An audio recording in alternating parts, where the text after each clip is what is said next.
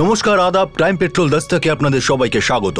আজ আমরা আপনাদের দেখাবো রাজা সাগি ওরফে জয়দেব, নামদেব, বর্ধরাজ, লোকনাথন, যজ্ঞরাজ, শ্রী সার্থক, তীরথকার্য আর উগ্রেশ্বর গুরুজিকে অনুসন্ধানের কাহিনীর দ্বিতীয় তথা শেষ ভাগ। এক গুরুজি সহজ সরল লোকেদের একথা বোঝান যে ভগবান তার স্বপ্নে এসে গ্রামে মন্দির প্রতিষ্ঠা করার আদেশ দিয়েছেন। সহজ সরল মানুষগুলো মন্দিরের জন্য টাকা তোলে আর গুরুজি সেই চাঁদার টাকা নিয়ে গায়েব হয়ে যান। গ্রামের লোকেদের বিশ্বাস করানো হয় যে গুরুজি কোনো নির্জন জায়গায় বসে ধ্যান করছেন, তিনি ঠিক ফিরে আসবেন আর তার কথা রাখবেন। তারা এটা জানতো না যে পুনের পুলিশ সেই গুরুজিকে খুঁজছে, কিন্তু পুলিশের কাছে গুরুজির ব্যবহার করা 6টা নাম্বার ছাড়া আর কোনো সূত্র ছিল না। পুনে পুলিশ কেন খুঁজছে ওই গুরুজিকে? এই সন্ধানের কারণ হলো একটা ডাবল মার্ডার। 30 বছরের রোহিণী আর তার 5 বছরের মেয়ে চন্দার খুন হয়েছিল। যেখানেই খুন দুটো হয়েছিল সেই বাড়িটির মালিক ছিলেন গোকুল ডবরে। সেই বাড়িটি সে কোনো এক গুরুজি রাজা সাগিকে ভাড়া দিয়েছিল, আর এখন সেই রাজা সাগি ফেরার হয়ে গেছে। ওই এলাকার কারো কাছে গুরুজির কোনো ছবি ছিল না, কিন্তু পুলিশের মনে প্রশ্ন ছিল রোহিণী আর চন্দা ওই বাড়িতে এলো কি করে। রোহিণীর বাবা অমরদেব, যে একটা কনস্ট্রাকশন সাইটে মজদুরি করত, সে জানায় তারা পুরো পরিবার গুরুজির ভক্ত ছিল আর মেয়ে রোহিণী গুরুজির সেবা করত। গুরুজির ছবি জোগাড় করতে পুলিশ একটা জুয়েলারি শপে পৌঁছয়। ওই এলাকার বাসিন্দা অনন্ত রোখড়ে জানায় যে সে 5 দিন আগে গুরুজিকে একটা সোনার চেন বন্ধক রাখতে দেখেছে। সেটা ছিল 10ই মে 2013। ওই দোকানের সিসিটিভি ফুটেজ দেখে গুরুজির একটা ছবি পাওয়া গেল। এটাই ছিল প্রথম সূত্র যা দেখে গুরুজিকে চেনা সম্ভব। রোহিণীর বাবা অমরদেব জানায় যে তার মেয়ে দর্শিতার কাছে গুরুজির ফোন নাম্বার আছে। জানা যায় যে গুরুজি 3টি ফোন নাম্বার ব্যবহার করতেন, আর 3টি নাম্বারই হয় সুইচ অফ না হলে ডিসকানেক্টেড আসছিল। এখন প্রশ্ন হলো অমরদেবের সঙ্গে গুরুজির দেখা কোথায় হয়েছিল। অমরদেব জানায় যে তারা পুনের কাছে বনাউলি গ্রামের বাসিন্দা। ওই গ্রামেই তাদের সঙ্গে পরিচয় হয় গুরুজির। গুরুজিকে গ্রামে এনেছিল অতুল, ওই গ্রামেরই ছেলে অতুল। অতুল জানায় গুরুজির সঙ্গে তার বাসে আলাপ হয়েছিল সিন্নারে তার ভাইয়ের বাড়ি যাওয়ার সময়। গুরুজির কথায় সে এতই মুগ্ধ হয়ে যায় যে সে গুরুজিকে বনাউলি গ্রামে নিয়ে আসে গ্রামের ভালো হবে ভেবে। অমরদেব গুরুজিকে বাড়িতে আসার নিমন্ত্রণ জানায়। অতুল গুরুজির আরও 3টে ফোন নাম্বার পুলিশকে জানায়, যেগুলো সবই ডিসকানেক্টেড বলছিল। যখন পুলিশ নাম্বারগুলো নিয়ে খোঁজ খবর চালাচ্ছিল, তখন রোহিণীর বোন দর্শিতা বলে ওই সোনার চেনটা তার ছিল, আর দর্শিতার বাবাই ওই চেন নিয়েছিল গুরুজিকে যাতে চেনটা দিতে পারে। দর্শিতা আরও জানায় যে গুরুজি ওর বোন রোহিণীকে বিয়ে করেছিল। পুলিশের কাছে এটা একটা চমকপ্রদ সূত্র, কারণ গুরুজির বয়স প্রায় 60 বছর আর রোহিণী ছিল 30 বছরের। পুলিশ আবার অমরদেবকে কড়া জেরা করে জানতে পারে যে যখন গুরুজি তাদের গ্রামে থাকতেন তখন অমরদেবকে টাকা দিয়ে সাহায্য করতেন। গুরুজি তাকে বলেন যে আলাদা আলাদা শহরে, যেমন বরোদা, নাসিক, ইন্দোরে তার অনেক জমি আর আশ্রম আছে, আর তার টাকার কোনো অভাব নেই। গুরুজি অমরদেবের বাড়িতে থাকতে শুরু করলে মাঝে মধ্যেই অমরদেবের প্রয়োজনে তাকে টাকা দিয়ে সাহায্য করতেন। গুরুজি গ্রাম থেকে চলে যাওয়ার পর অমরদেব বারবার গুরুজিকে ফোন করে বলে যে তারা গুরুজির কোনো আশ্রমে চলে যেতে চায়, কিন্তু গুরুজি কোনোদিনই সে কথায় আমল দেননি। তারপর হঠাৎই গুরুজিকে দেখা যায় পুনেতে। একদিন গুরুজি অমরদেবের মেয়ে রোহিণীকে বিয়ে করার প্রস্তাব দেয়। অমরদেব খুবই অবাক হয়ে গেলেও রোহিণীর সঙ্গে সঙ্গেই রাজি হয়ে যায়। সেই জন্য অমরদেবও এই সম্পর্ক মেনে নেয়। তারপর একদিন অমরদেব গুরুজির কাছে টাকা চাইতে গেলে গুরুজি কোনো রকম সাহায্য করতে অস্বীকার করে। গুরুজি অমরদেবকে বলে যে তার ছোট মেয়ের সোনার চেন গুরুজিকে দিলে গুরুজি সেটা বন্ধক রেখে টাকা আনবেন, আর সেই টাকা দুজনে মিলে ভাগ করে নেবেন। তারপর যখন ভক্তরা টাকা পাঠাবে তখন চেনটা ছাড়িয়ে আনা হবে। পুলিশ বুঝতেই পারছিল না আসলে গুরুজির পরিচয় কি। ওদিকে ফেরার গুরুজি আবার একটা গ্রামে গিয়ে মানুষকে মন্দিরের স্বপ্ন দেখাচ্ছিল। পুলিশ জানতে পারে গুরুজির 6টা ফোন নাম্বার নাসিক, ভোপাল, মুম্বাই, ইন্দোর, কোলাপুর আর বেঙ্গালুরুর 6 জন ভক্তের। এইসব ভক্তরা বিশ্বাস করত যে গুরুজি অত্যন্ত দয়ালু, সন্ত মহাত্মা, আর ওনার সঙ্গে যোগাযোগ রাখার জন্য তারাই গুরুজিকে এই সিম কার্ডগুলো দিয়েছিল। এরা সবাই গুরুজিকে আলাদা আলাদা নামে চিনত। বর্ধরাজ গুরুজি, লোকনাথন গুরুজি, নামদেব গুরুজি, যজ্ঞরাজ গুরুজি, শ্রী সার্থক গুরুজি, তীরথকার্য গুরুজি। এই 6 ভক্তের থেকে গুজরাটের সুরাটের এক ভক্তের হদিশ পাওয়া যায়, যার সঙ্গে গুরুজির সবসময় যোগাযোগ থাকত। তার নাম হলো অনুভা। অনুভা জানায় গুরুজি তার কাছে বাবার মতো, আর সে গুরুজিকে উগ্রেশ্বর গুরুজি নামে চেনে। তবে সে জানে না গুরুজি কোথায় আছেন। ওদিকে তখন গুরুজি জয়দেব গুরুজি নাম নিয়ে এক নতুন ফোন নাম্বার আর নতুন সিম কার্ড পেয়ে গিয়েছেন। আর সেই ফোন থেকে একদিন গুরুজি অমরদেবকে ফোন করে রোহিণী আর চন্দার খোঁজ খবর নেন। উত্তেজিত অমরদেব তার মেয়ে আর নাতনির খুনের জন্য গুরুজিকেই দায়ী করে। একথা শুনে গুরুজি প্রচণ্ড রেগে যান, আর তিনি বলেন যে খুন অমরদেব নিজে করে গুরুজির নামে দোষ চাপাচ্ছে। কে সত্যি বলছে আর এই গুরুজি আসলে কে? এবার তারপর এই নাম্বার থেকে ফোন এসেছিল? হ্যাঁ স্যার। এই নাম্বারটা ট্র্যাকিং এ দিয়ে দাও। স্যার। ও তোমাকে এটা জিজ্ঞাসা করেছিল তোমার মেয়ে রোহিণী আর নাতনি চন্দা কেমন আছে? হ্যাঁ স্যার, ও নাটক করছিল। নাটক ও করছিল না তুমি করছো? অমরদীপ, এই গুরুজি টুরুজির চক্করটা কি? খুন কে করেছে, তুই নাকি ও? এরকম কোনো ব্যাপার না তো যে গুরুজির সঙ্গে প্রতিশোধ নিতে তুই এসব করছিস? ভগবানের দিব্যি, সব ওই গুরুজি করেছেন। ওই লোকটাকে চিনতেই পারিনি স্যার, আমি ভুল করেছি। ওই লোকটার সাহায্য নিয়েছিলাম আর তারপর ওর চক্করে ফেসে গেছিলাম। স্যার, আমি অনেক ভুল করেছি স্যার, কিন্তু নিজের মেয়ে আর নাতনিকে মারার পাপ আমি করতে পারি না স্যার, করতে পারি না স্যার। স্যার, ফোন এখনো সুইচ অফ। কল অম্বরগ্রাম থেকে এসেছিল। ও কি এখনো ওখানে লুকিয়ে আছে?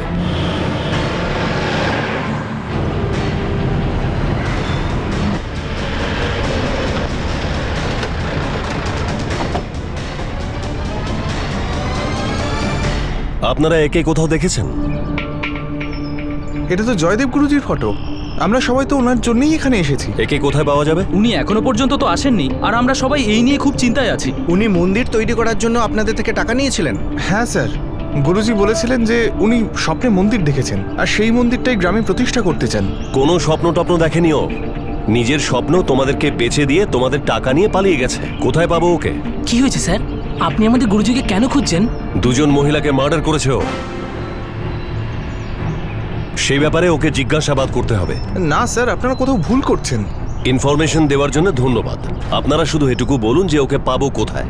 ওকে পাওয়ার পরই আমার ভুল ভ্রান্তি আমি দূর করে নেব। জানি না স্যার, সকালে তো কীর্তনের জন্য ডেকেছিলেন, কিন্তু এখনো উনি এলেন না। আর যতদূর আমি জানি উনি আর আসবেন না।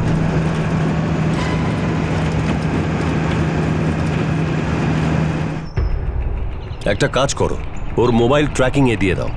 এটাও হতে পারে এতক্ষণে ওর সিম কার্ড ফেলেও দিয়েছে, কিন্তু চেষ্টা করতে ক্ষতি কি? এই লোকটা প্রত্যেক জায়গায় একই স্বপ্ন বেচে, আর প্রত্যেকটা জায়গায় লোককে একইভাবে ঠকায়। প্রত্যেকবার নতুন গ্রাম, নতুন লোক, আর লোক পেয়েও যায় ঠকানোর মতো। শোনো, এই পৃথিবীতে এমন অনেক লোক আছে যারা তাদের স্বার্থের জন্য সবকিছু করতে পারে, আর সেটা কোনো সাধারণ মানুষ বা গুরুজি হতে পারে, যাকে তাকে ভগবান বানিয়ে নেয়। স্যার, অম্বরগ্রাম, ওখান থেকে নন্দরবার, তারপর আকোলা। মাঝে মাঝে মোবাইল অন করে আর তারপর অফ করে দেয়। এখনো পর্যন্ত ও কোনো কল করেনি, কিন্তু মনে হচ্ছে লোকটা ট্রাভেলিং এ রয়েছে। হয়তো এইসব জায়গায় ও আগেই অনেক লোক ঠকিয়েছে, তাই হয়তো থামছে না। কিন্তু তাও তুমি সমস্ত জায়গায় নজর রাখো। ও কোনো নতুন শিকারের খোঁজে আছে, আর কোনো না কোনো সূত্র তো নিশ্চয়ই ছেড়ে যাবে। স্যার,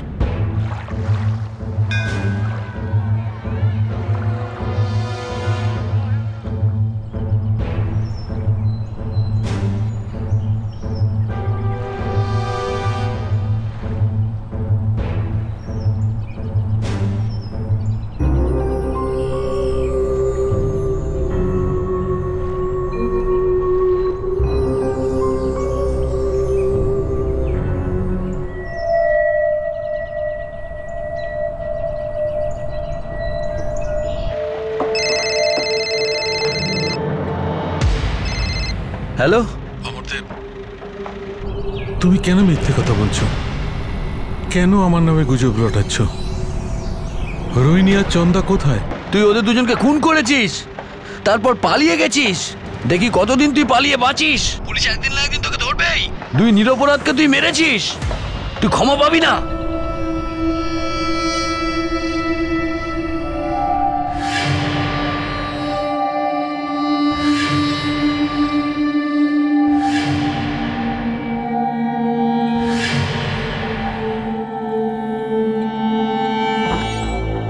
বাবা, আমি কাজে যাচ্ছি। ঠিক আছে মা। কি কারণ ছিল যে গুরুজি অমরদেবকে বারবার ফোন করে রোহিণী আর চন্দার খবর নিচ্ছিল, যাদের কিনা খুন হয়ে গিয়েছে? সে কি সত্যি নিরপরাধ ছিল, নাকি তার অপরাধ বোধ তাকে কুরে খাচ্ছিল? এই দ্বিতীয় ফোন কলটা তদন্তের গতি আরো বাড়িয়ে দিল। স্যার, কল বারাণসী থেকে করা হয়েছিল। ফোনটা এখনো অন আছে, আর লোকেশন বারাণসী। আরেকবার কল এলে ওকে কথায় কথায় ভুলিয়ে রাখবে। ওকে ভরসা দেবে যে পুলিশ ওকে একেবারে সন্দেহ করছে না। জানো, আমাদের বারাণসী যেতে হবে। পুরো চান্স আছে ওকে ওখানেই পাওয়া যাবে।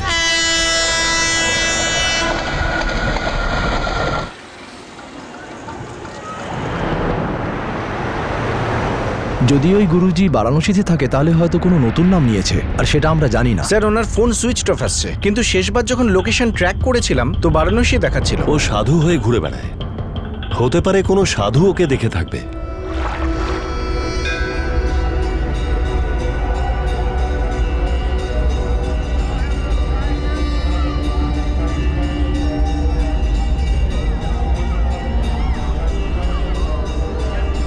বয়স প্রায় 60-এর কাছাকাছি। আপনি বিশ্রামালয়ে দেখুন, আমি ওকে কাল ওখানেই দেখেছি।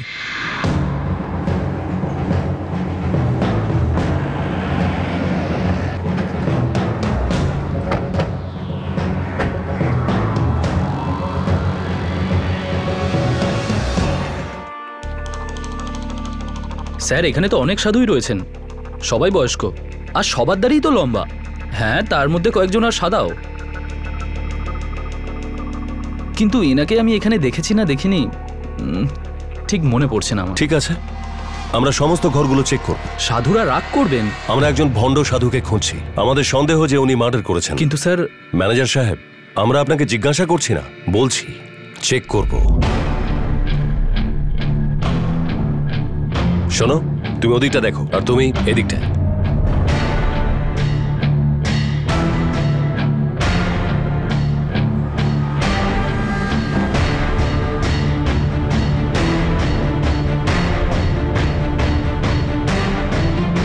মাফ করবেন বাবা।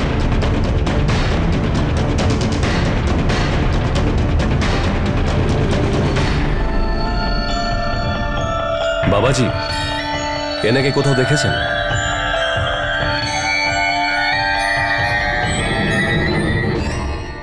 এখান থেকে বেরিয়ে গিয়ে অন্য কোথাও চলে যায়নি তো? হতেও পারে স্যার। আমাদের আরো কিছু লোককে জিজ্ঞাসা করা উচিত। হতে পারে ও এখানেই লুকিয়েছিল, তারপরে এই জায়গা ছেড়ে পালিয়ে গিয়েছে। একটা কাজ করা যাক, অন্য জায়গা।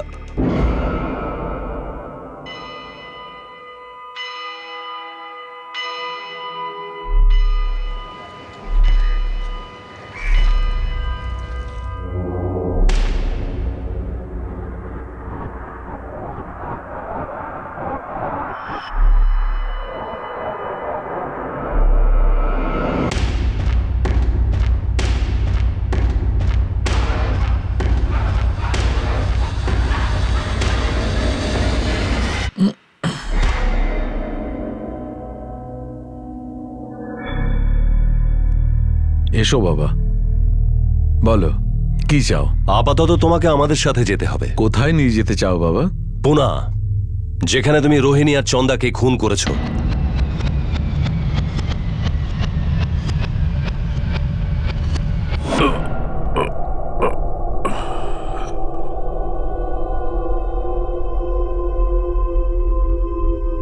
তাড়াতাড়ি একে ডাক্তারের কাছে নিয়ে চলো।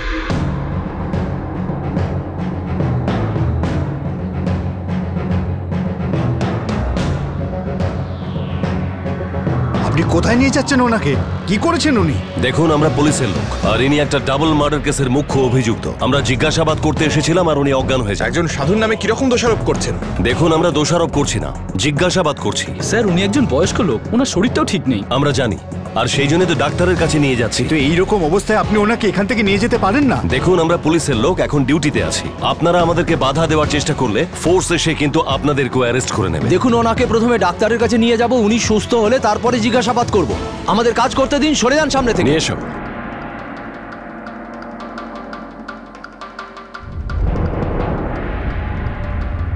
ভয় পেয়ে গেছে।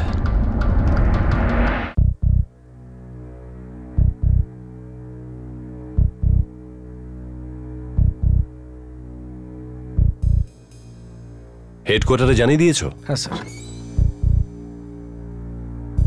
শরীর কেমন আছে? জ্ঞান এসছে? কিছু তো হয়নি ওনার, উনি তো ঠিকই আছেন। ও, আমরা তো ভাবলাম ওনার কিছু হয়ে গেছে, শ্বাস পড়ছিল না। তেমন কিছুই হয়নি, উনি একদম ঠিক আছেন। আপনারা চাইলে ওনাকে পুনায় নিয়ে যেতে পারেন, আর যদি চান তো জিজ্ঞাসাবাদও করতে পারেন। সুন্দর অ্যাক্টিং করো তুমি। তো এখানে কি নাম নিয়েছিলেন গুরুজি?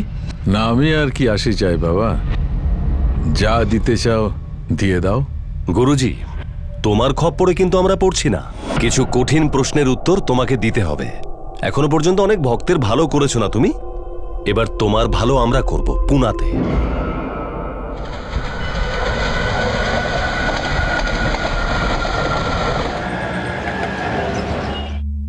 রাজা সাচি গুরুজি ওরফে ভরদ্বাজ গুরুজি ওরফে নামদেব গুরুজি, না জানি কত নাম তোমার। রোহিণী আর চন্দাকে কেন মারলে? এইসব কি বলছো তুমি?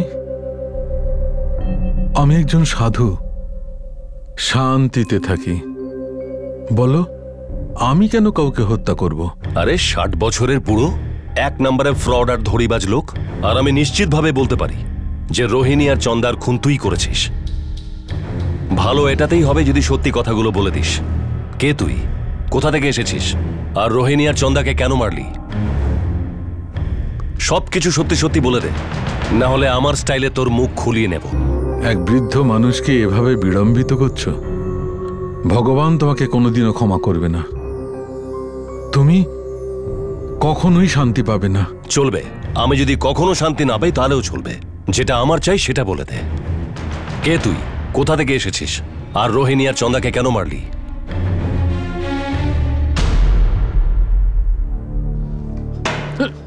এখনো সময় আছে তোর হাতে, সত্যিটা বলে দে, না হলে পরে অনুতাপ করবি তুই। আমি বলছি, আমি বেলগাঁওয়ের লোক। বলে যা, শুনছি আমি। আমি খুব গরিব ছিলাম। আমি দুবেলার খাবারও জোটাতে পারতাম না। অবস্থা এতটাই খারাপ হয়ে গেছিল যে ক্ষুধার খাবার ছিল না, থাকার ঠিকানা ছিল না, আর কোনো কাজও পাচ্ছিলাম না। আর তখনই একটা কাপড়ের পুটলি আমার জীবনটা বদলে দিল।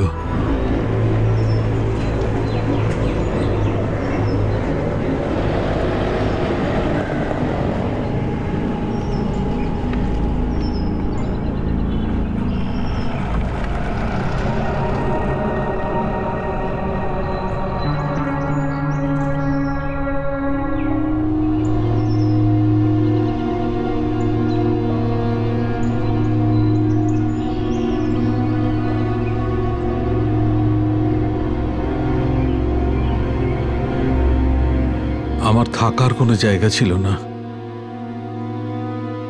আমি পথেই শুয়ে যেতাম।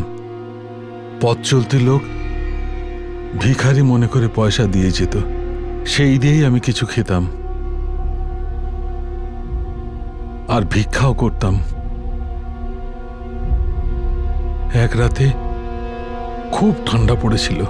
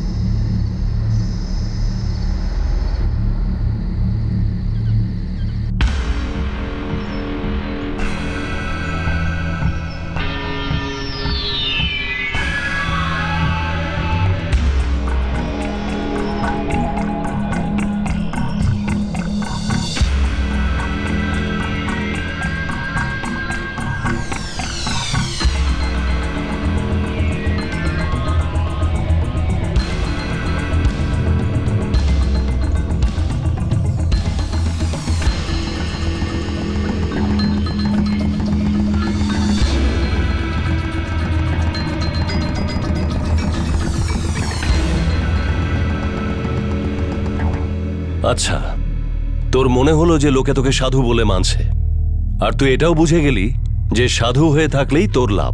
হতে পারে। আমি সিদ্ধি লাভ করেছি। হতে পারে আমি 7টা চক্রও দেখেছি। মানে তুই লোকেদের সাথে সাথে নিজেকেও বোকা বানাচ্ছিলি? আমার মনে হলো আমি ওই 7 চক্র দেখেছি, যেমন ওই সাধু মহারাজ বলেছিল। কে সেই সাধু, কোথায় পেয়েছিলি তাকে?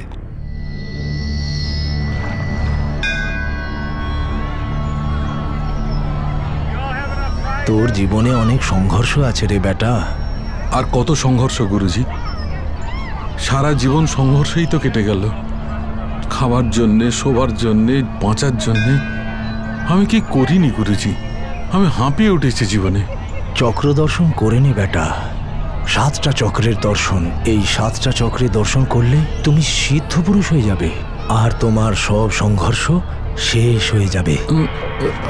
আমি এই 7 চক্র কেমন করে দেখতে পাবো গুরুজি? অত সহজ নয় রে বেটা। সেই মানুষটাই তোকে 7 চক্রের দর্শন করাতে পারবে যার মৃত্যু হয়ে গেছে। তুই 7 চক্র দেখার জন্য রোহিণী আর চন্দাকে মেরে ফেললি? না না, এটা 20 বছর আগের ঘটনা, যখন সাধু মহারাজ আমাকে বলেছিল। তুই বলছিলি তুই বেলগাঁও থেকে এসেছিস, তাহলে নাসিকে কি করছিলি? যতদিন আমার সিদ্ধি প্রাপ্তি হয়নি আমি কাজের সন্ধানে এদিক ওদিক ঘুরছিলাম। থাকার কোনো জায়গা ছিল না, স্বাধীন ছিলাম যেমন আত্মা হয়, সব বন্ধন থেকে মুক্ত। তোর আসল নাম কি? নামে কি আসে যায়? আত্মার কোনো নাম হয় না, ও একদম নির্মল। মল্লিকার্জুন, মল্লিকার্জুন বুদ্ধিরাজ। এই লোকটা খুব সহজে সত্যি কথা বলবে না। এই লোকটা কোনো অসৎ উদ্দেশ্যে ওই মহিলার বাচ্চাটাকে মেরেছে। আমার সন্দেহ এর আগেও লোকটা কোনো না কোনো কাণ্ড করেছে। বেলগাঁওতে ছিল মল্লিকার্জুন মুদিরাজ। একটা কাজ করো, বেলগাঁও পুলিশের কাছে এর ব্যাপারে জিজ্ঞাসা করো। স্যার, গুরুজি কোনো প্রশ্নেরই সোজা উত্তর দিচ্ছিল না, আর পুলিশ জানতো যে সে গল্প তৈরি করছে। যেভাবে সে আলাদা আলাদা জায়গায় লোকেদের বোকা বানিয়েছিল, সেভাবেই সে পুলিশকেও বোকা বানানোর চেষ্টা করছে। জেরার একেবারে প্রথমেই একটা নাম উঠে এসেছিল, আর গুরুজির দাবি ওটাই তার আসল নাম। সত্যিই কি সেটা তার আসল নাম ছিল? সেই নামের সঙ্গেও কি কোনো অপরাধের যোগ আছে? গত 30 বছরের রেকর্ড চেক করেছি, মল্লিকার্জুন মুদিরাজের কোনো রেকর্ড নেই।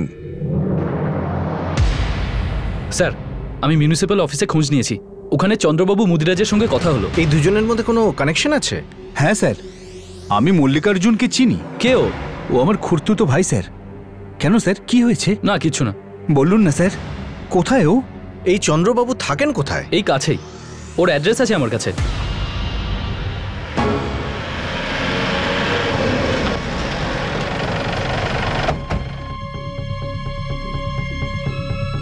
মল্লিকার্জুন কোথায়? আমাদের হেফাজতে। কি করেছে ও? ও সাধু হয়ে গেছে। একটা ডাবল মার্ডারের কেসে ওকে ধরা হয়েছে। কি? বাবা, বাবা। আচ্ছা, মল্লিকার্জুন শেষ কবে এখানে এসেছিল, আর সাধু কি করে হলো? জানি না স্যার, শেষবার দেখা হয়েছিল 1993 সালের অক্টোবর মাসে।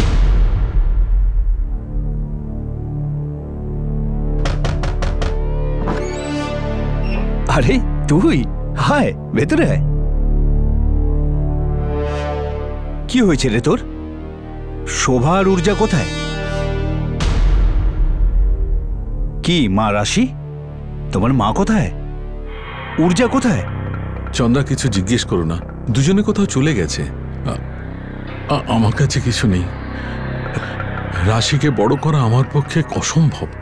তুমি কি আমার একটা উপকার করবে? কি? একে তোমার কাছে রেখে দাও, যতদিন আমি ফিরে আসি ততদিন তোমার কাছে রাখো।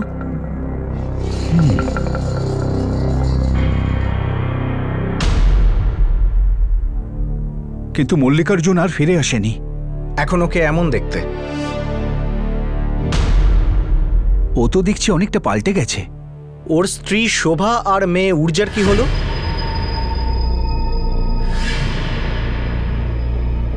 জানি না স্যার, ও তো আমাকে কখনো কিছুই বলেনি, আর রাশিও আমাকে কিচ্ছু বলেনি স্যার। আসলে রাশি তখন মাত্র 4 বছরের বাচ্চা ছিল। মল্লিকার্জুন যখন যায় তখন শোভা, ঊর্জা আর রাশিকে সঙ্গে নিয়ে গিয়েছিল। কোথায় গিয়েছিল সে ব্যাপারে আমি কিচ্ছু জানি না।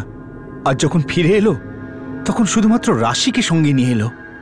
শোভা, ঊর্জার ব্যাপারে কোনো খবরই পেলাম না। ওরাও কি ওর সাথে নাসিকে গিয়েছিল? জানি না স্যার। এই ফটোটা আমার চাই। আচ্ছা।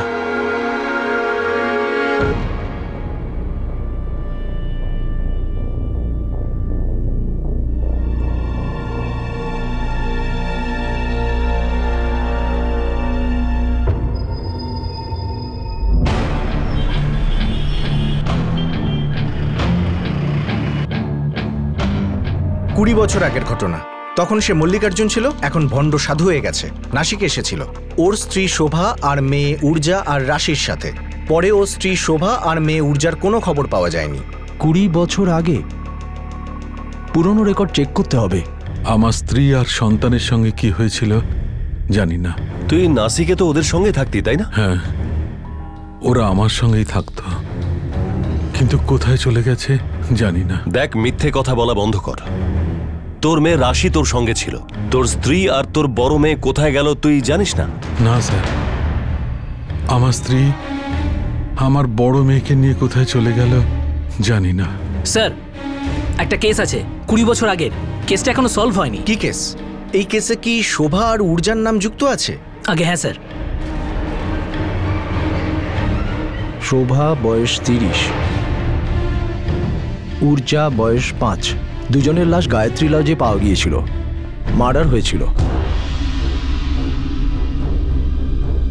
এক মিনিট, এটা শোভা আর এটা সম্ভবত ঊর্জা। এটা ঘটনাটার জায়গাটার বিবরণ। গায়ত্রী লজের ম্যানেজার এই দুটো লাশ 27 অক্টোবর 1993 এর সকালে দেখতে পেয়েছিলেন। অক্টোবর 1993? এটা সেই সময় যে সময় মল্লিকার্জুন ওর মেয়ে রাশিকে নিয়ে ওর খুড়তুতো ভাই চন্দ্রবাবুর সাথে দেখা করতে বেলগাঁও যায়। ও গড, কি হলো স্যার? এটা পড়ে দেখুন। দুটো লাশই বিছানার ওপর পড়েছিল। ঘরে পাওয়া জিনিস থেকে মহিলার পরিচয় পাওয়া যায়। নাম ছিল শোভা মুদিরাজ আর বাচ্চার নাম ছিল ঊর্জা মুদিরাজ। পোস্টমর্টেম রিপোর্ট অনুযায়ী গলা টিপে খুন করা হয় আর শোভার পেট কাটা ছিল।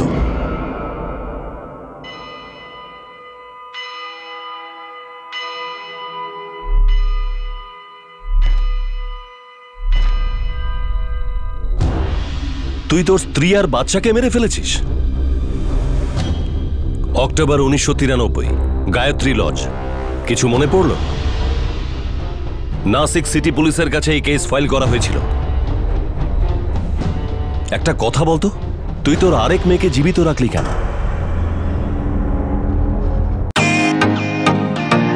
Welcome to beaten world. How may I assist you? নতুন ফ্ল্যাটের জন্য একটা স্ট্যান্ড ফ্যান আর কুলার নেব। এই পচা গরম থেকে একটু স্বস্তি চাই। বাজার চলতে সব ব্র্যান্ড আর ভরসাযোগ্য নয়। তার জন্য তো আমাদের ফ্যান আছে, all purpose bullet table fan, ceiling fan. আমাদের সিলিং ফ্যান কিন্তু 30 মাসের ওয়ারেন্টি সহ পাওয়া যায়। আছে ফারাটা 2 বছরের ওয়ারেন্টি, 17 থেকে 20 মিটার এয়ার ফ্লো। মধ্যবিত্তের সাধ্যের মধ্যে একমাত্র ভরসাযোগ্য ব্র্যান্ড বিটেন। আমাদের কুলারের কিন্তু অনেক range, 45 litres, 50 litres, 70 litres, 90 litres, 110 litres. Honeycomb সহযোগে বিটেনের সব কুলারের ওয়ারেন্টি 1 বছর। চেনা হাওয়ায় অচেনা অনুভূতির জন্য একমাত্র আদর্শ বিটেন। গরমে স্বস্তি পেতে বিটেনের ফ্যান হোক বা কুলার, আজই আনুন বাড়িতে। Bitten, digitally yours. একটা কথা বলতো, তুই তোর আরেক মেয়েকে জীবিত রাখলি কেন?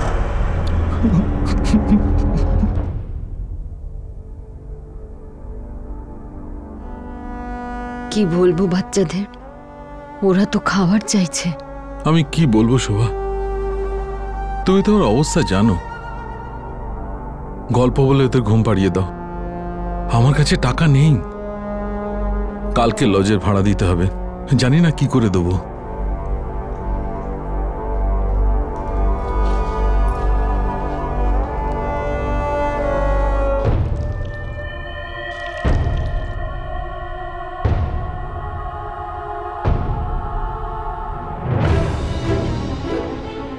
আমি কিচ্ছু বুঝতে পারছিলাম না কি করে সংসার চালাবো। আমি ভাবলাম আগে সবাইকে মেরে ফেলবো, আর তারপর নিজেকেও শেষ করে দেব। তুই তো এখনো জীবিত আছিস, মিথ্যেবাদী, ঠগ, জোচ্চোর। তুই তো নিজের স্ত্রী আর বাচ্চাকে মেরে ফেলেছিস, স্ত্রীর পেট কেটে দিয়েছিস। কি জন্য? 7 চক্র দেখার জন্য, যেটা কিনা অবাস্তব। প্রথমে শোভা আর ঊর্জাকে মেরে ফেলি, কিন্তু রাশিকে মারার সাহস হয়নি।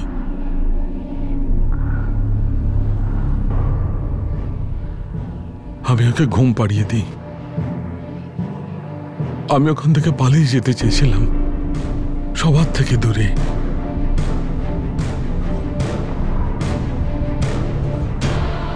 সেই মানুষটাই তোকে সাত চক্রে দর্শন করাতে পারবে যার মৃত্যু হয়ে গেছে।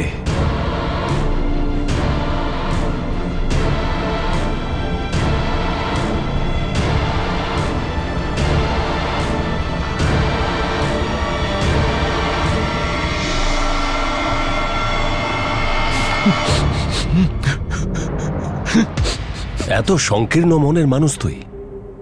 20 বছর আগে তুই তোর স্ত্রী আর বাচ্চাকে মেরে ফেলেছিস 7 চক্র দেখার জন্য, আর 20 বছর পরে ওই একই কারণের জন্য তুই রোহিণী আর চন্দাকে মেরে ফেললি। না, আমি সেই জন্য রোহিণী আর চন্দাকে মারিনি। তাহলে কেন মারলি? রোহিণী আমার সাথে নয়নার মতো আচরণ করছিল। এই নয়নাটা আবার কে? ওর সঙ্গে আমার সোলাপুরে দেখা হয়েছিল।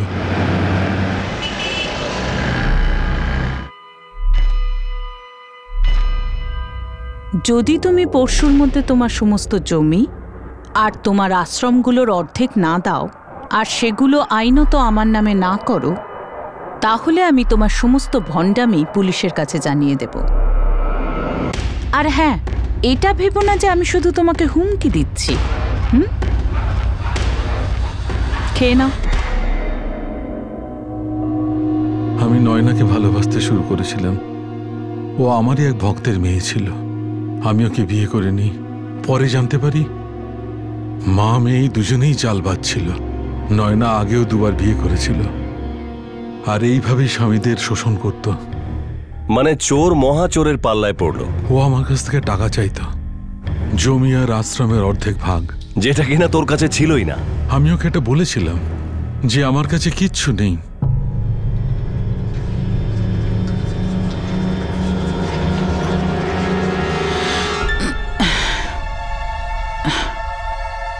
আমাকে কিন্তু তুমি বোকা ভাবার ভুল করো না। যবে থেকে তুমি এখানে এসেছো তবে থেকে তুমি বলে যাচ্ছ যে তোমার বিভিন্ন জায়গায় জমি আর আশ্রম আছে। নয়না, আমি মিথ্যে কথা বলেছিলাম। সত্যি এই যে আমি খুব গরিব লোক। একটা কথা মনে রাখবে, যদি তুমি তোমার প্রপার্টি আমার নামে না করো তাহলে তোমার সমস্ত কাপড় জামা খুলে তোমাকে গ্রামে দৌড় করাবো। তোমার সমস্ত ভক্তকে বলে দেব যে তুমি কত ভণ্ড আর জালিয়াত। তারপর তো জুতো আর চপ্পল দিয়ে তোমার এমন পুজো হবে যে তোমার সব ভণ্ডামি একেবারে ছুটে যাবে। আমি রোহিণীকে বিয়ে করি, আমি ওকে ভালোবাসতে শুরু করি। তুই একটা ভণ্ড সাধু। মহিলা প্রীতি ছিল তোর? না, আমি ওকে সত্যি ভালোবেসেছিলাম। আমি ওর মেয়ে চন্দাকেও খুব ভালোবাসতাম, কিন্তু রোহিণীও নয়নার মতো আচরণ করতে শুরু করে।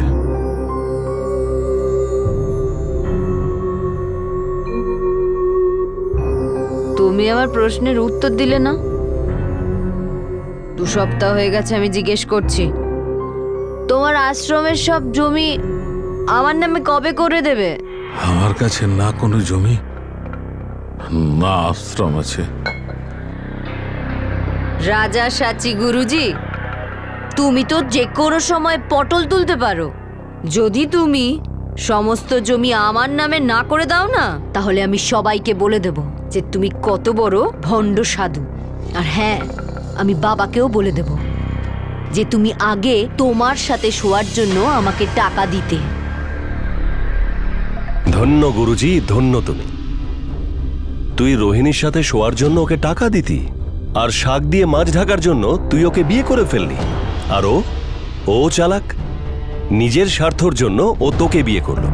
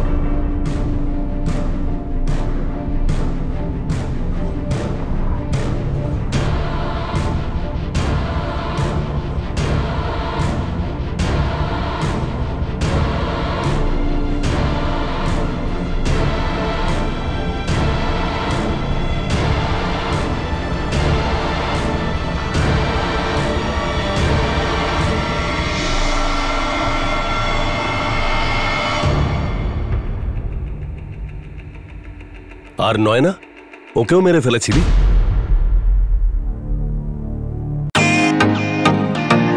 Welcome to beaten world. How may I assist you? নতুন ফ্ল্যাটের জন্য একটা স্ট্যান্ড ফ্যান আর কুলার নেব। এই পচা গরম থেকে একটু স্বস্তি চাই। বাজার চলতে সব ব্র্যান্ড আর ভরসাযোগ্য নয়। তার জন্য তো আমাদের ফ্যান আছে, all purpose bullet table fan, ceiling fan. আমাদের সিলিং ফ্যান কিন্তু 30 মাসের ওয়ারেন্টি সহ পাওয়া যায়। আছে ফারাটা 2 বছরের ওয়ারেন্টি, 17 থেকে 20 মিটার এয়ার ফ্লো, মধ্যবিত্তের সাধ্যের মধ্যে একমাত্র ভরসাযোগ্য ব্র্যান্ড বিটেন। আমাদের কুলারের কিন্তু অনেক range, 45 litres, 50 litres, 70 litres, 90 litres, 110 litres. Honeycomb সহযোগে বিটেনের সব কুলারের ওয়ারেন্টি 1 বছর। চেনা হাওয়ায় অচেনা অনুভূতির জন্য একমাত্র আদর্শ বিটেন। গরমে স্বস্তি পেতে বিটেনের ফ্যান হোক বা কুলার, আজই আনুন বাড়িতে। Bitten, digitally yours.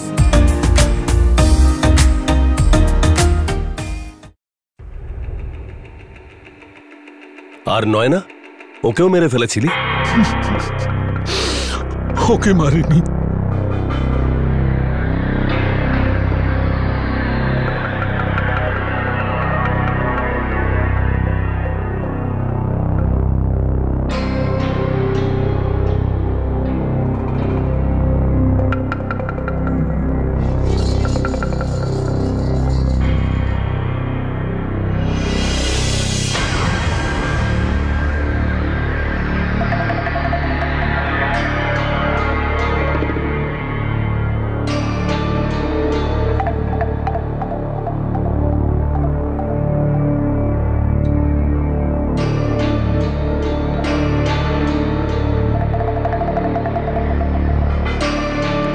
আমি নয়নাকে মারিনি, আমি ওখান থেকে পালিয়ে এসেছিলাম।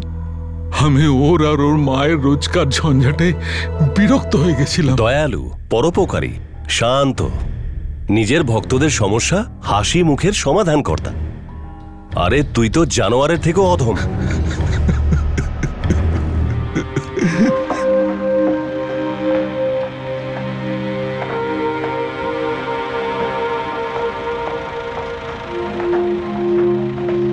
কিরে অমরদেব, বসে পড়লি কেন? দিনের মজুরি চাই না নাকি? বসে থাকলে তোকে কে টাকা দেবে বল?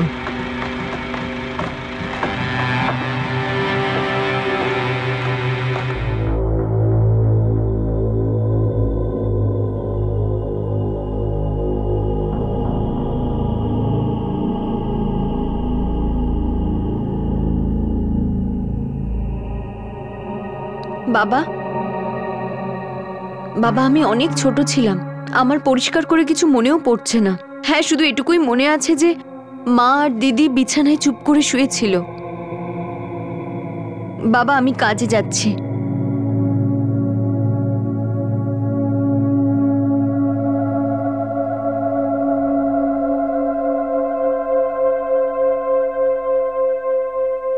মল্লিকার্জুন মুদিরাজ এখন শ্রীঘরে বাস করছে।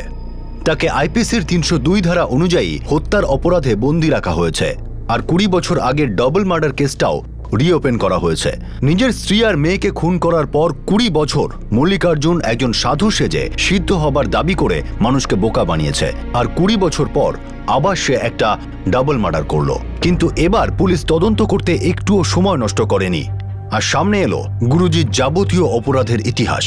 কিন্তু অবাক করা কাণ্ড হলো, যখন গুরুজির বিভিন্ন নামে করা অপরাধের বিবরণ প্রকাশিত হলো, তখন তার ভক্তদের মধ্যে কেউই বিশ্বাস করতে চাইল না যে এই গুরুজি কোনো সাধু নয়, বরং একটা ফ্রড। সবাই তাকে ভালো বলতে লাগলো, তাকে দয়ালু মানুষ বলে অভিহিত করলো।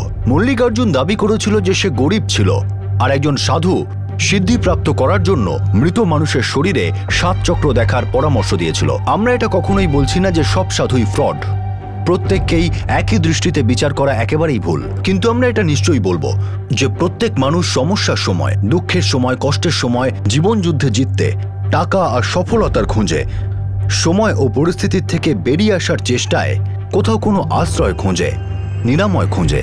আর এইসব পরিস্থিতি আমাদের মধ্যে অনেককেই দিব্য শক্তির আশ্রয় নিতে উৎসাহিত করে। আর এসব মানুষের শিকার হয় তাদের যারা চিলের মতো সুযোগ সন্ধানী হয়, নিজেদের দিব্য শক্তিধর হিসাবে দাবি করে আর অসহায় মানুষের অসহায়তার সুযোগ নেয়। হাজার রকমের হোম, যজ্ঞ, চমৎকার করে দেওয়ার পাথর, দান করলে পাপ খণ্ডন, ক্ষুধার্তকে খাবার দিলে পুণ্যের অ্যাকাউন্টে জমা হওয়া আর ভাগ্য বদলে দেবার মতো ভণ্ড সাধু সন্তদের কি কোনো কমতি আছে এই পৃথিবীতে? আপনাদের সাথে আবার দেখা হবে ক্রাইম পেট্রোল 10 থেকে আরও একটা নতুন কেস নিয়ে। ততদিন ভালো থাকুন, সুরক্ষিত থাকুন, আর মনে রাখবেন সমস্যার সময় নিজের পরিবার, নিজের বন্ধু, নিজের প্রিয়জন আর নিজের ভিতরের শক্তির উপর বিশ্বাস রাখুন। জয় হিন্দ।